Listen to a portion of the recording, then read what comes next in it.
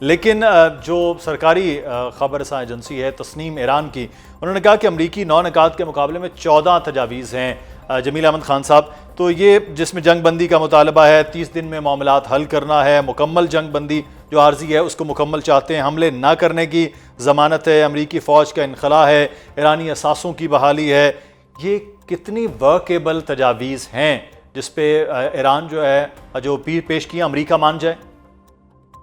ابھی تو بات یہ ہے کہ دوبارہ ٹیبل پہ کب بیٹھ سکتے ہیں، دوبارہ ڈائلاگ کب شروع ہو سکتا ہے۔ ظاہر ہے اس میں نہ امریکہ کے 15 پوائنٹس مانے جا سکتے ہیں، نہ ایران کے 11 پوائنٹس، اب 9 پوائنٹس مانے جا سکتے ہیں۔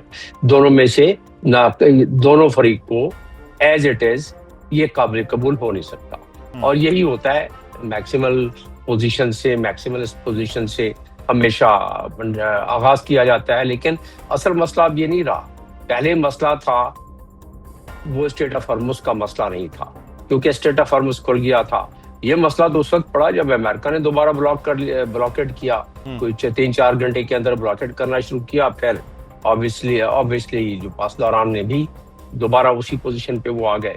تو یہ صورتحال اس وقت تک نظر آتی ہے کہ امریکہ کو یہ اب خیال آ گیا ہے، یا شاید یہ گمان ہو گیا ہے، یا ان کی کیلکولیشن جو ان کے ادارے ہیں وہ دے رہے ہیں کہ اس وقت ایران بڑی قسم پرسی میں ہے، اور یہ جو بلاکیڈ کیا ہے اس کا اثر بہت تیزی سے ہو رہا ہے۔ اس بلاکیڈ کی وجہ سے وہاں تمام کی تمام ضروریات زندگی کی اشیاء بشمول خود و نوش کی وہ خیر حقیقت بھی ہے کہ اس پہ پریشر اور پڑ رہا ہے۔ اس کا کاؤنٹر آرگومنٹ یہ دیا جاتا ہے کہ 47 سال سے تو سینکشن میں ہے، لیکن 47 سال میں کبھی ایسا نہیں ہوا کہ ان کی تقریباً $90 بلین کی جو سال کی وہ ہے ان کی ایکسپورٹ وہ افیکٹ ہو، یعنی تیل تقریباً 65% ان کا ہوتا ہے، 65 سے 70، اور باقی جو ان کی انڈسٹری فارماسیوٹیکل ہے، باقی انڈسٹریز کے پروڈکٹ 20%، وہ تقریباً 90% ان کی آمدن ان پورٹس کو اگر کھلا ہوگا تو ہوگی۔ تو اب یہ 17 فروری سے تو یہ پورٹس بند ہیں، جس کی وجہ سے ان کو جو چیزیں ضروریات زندگی کی ہیں اس میں کمی ہوتی جا رہی ہے، اور وہ کیا ہے، 30 ملین ٹن تو خوراک کا یعنی اپنے فوڈ گرین امپورٹ کرتے ہیں۔ اب 17 اپریل سے لے کے اب تک شارٹیج کا تھوڑا سا احساس ہونے لگا۔ اگر یہ زیادہ عرصہ رہتا ہے تو یقیناً وہاں کی آبادی کے لیے بہت مشکل ہو جائے گا سروائیول، یہ اگر بہت زیادہ عرصہ کھینچ گیا تو لہٰذا اس چیز کا ادراک ایران کو بھی ایک اچھی جو چیز مجھے نظر آئی ہے، ایران نے کل جو پوائنٹس دیے ہیں جس کی کچھ چیزیں لیک ہو کے باہر آئی ہیں کہ یہ ٹھیک ہے، آپ اگر بلاکیڈ بھی آپ نے رکھا ہوا ہے اور اگر اس کی گارنٹی دے دیں کہ آپ کھول دیتے ہیں بلاکیڈ، تو ایسی صورت میں بھی ہم ٹیبل ٹاک پہ واپس آنے کے لیے تیار ہیں۔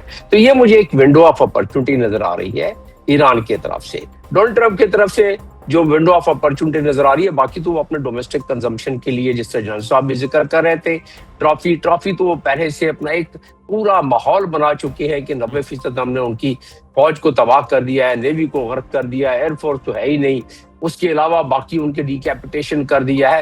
تو وہ سارا اپنا گراؤنڈ دے چکی ہیں، اور اس کی تائید پیٹ ہیگسیٹ نے جو ان کے وار کے سیکٹری ہے یعنی کہ وزیر ہیں، انہوں نے بھی اس کی تصدیق کر دی کہ ایسے ہی ہمیں تو بڑی کامیابی ہوئی ہے۔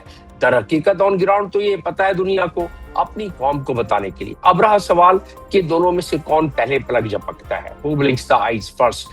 کیا ایران پہلے اس کا اسٹیمنا ختم ہو جائے گا یا امریکہ کا؟ امریکن ظاہر ہے ہمیشہ سے ان کا اسٹیمنا پہلے ختم ہوتا ہے۔ تھرڈ ورلڈ کنٹریز کے لوگ، اور ایران تو ویسے بھی خیر بڑے کٹھن قسم کی زندگی گزارنے والے لوگ ہیں، تو وہ ان کا اسٹیمنا کافی زیادہ تک چلے گا۔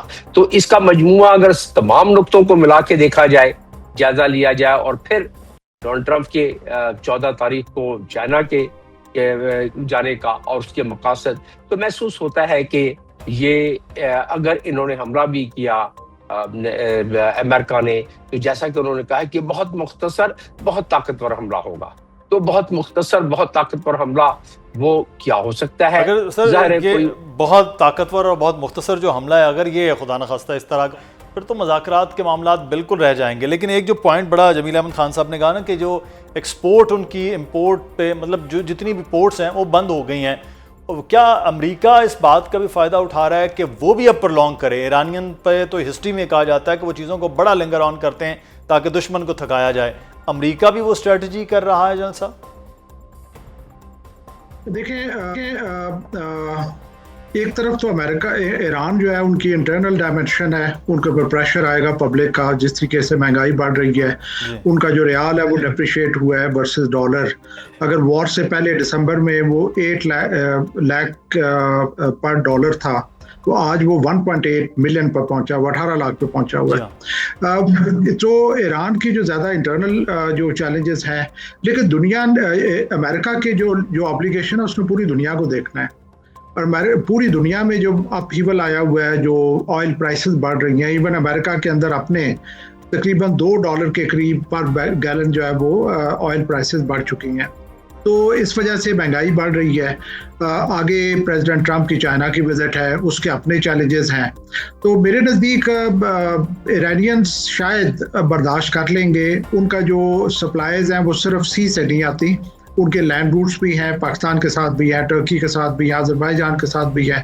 سو ان کے پاس یہ کسی نہ کسی فارم میں، اف ناٹ آئیڈیل، ایک ریزنیبل فارم میں ان کے پاس ترسیلات پہنچ سکتی ہیں.